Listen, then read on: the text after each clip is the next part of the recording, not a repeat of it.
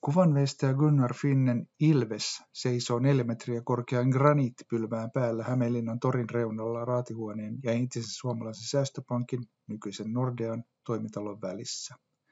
Pylvään yläosassa on männynlatvaksi tyylitelty kapiteeliosa, jonka päällä pronssista valettu Ilves seisoo. Veistoksen pinta on kullattu ja siihen on tehty jälkiä, jotka muistuttavat Ilveksen täplikästä turkkia. Veistos on voimakkaasti tyylitelty. Finnen klassismi oli tyyliltään arkkitehtonista, mutta taiteilija käytti töissään usein selvästi havaittavia eläin- ja ihmishahmoja. Finnen 1920-luvun teoksia katsellessa syntyy ajatus vanhojen kulttuurien, kuten Egyptin, Kreikan ja Rooman kuvanveistotaiteen vaikutuksesta. Veistospilareineen liittyy arkkitehti Oiva Kallion piirtämään pankkirakennukseen ja pankin pääsisäänkäynnin portaalin 10 reliefiin. Ilves-veistoksen kustansi Hämeenlinnan suomalainen säästöpankki 1920-luvulla.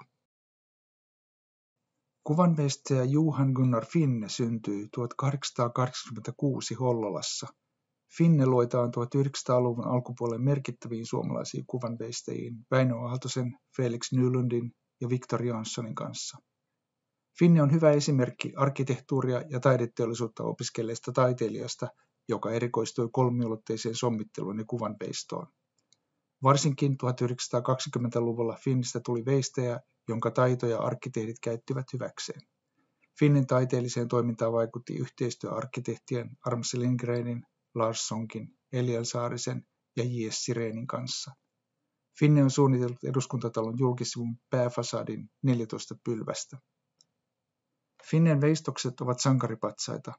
Rakennusten julkisivun korkokuvia, suihkukaivoja, kirkkojen veistos- ja astiastotöitä, mitaleja ja portaaleja. Gunnar Finnen pääteoksena pidetään Topeliuksen muistomerkkiä Taru ja totuus vuodelta 1932 Helsingin teatteri-esplanadilla. Gunnar Finne kuoli 1952 Helsingissä 66 vuoden iässä.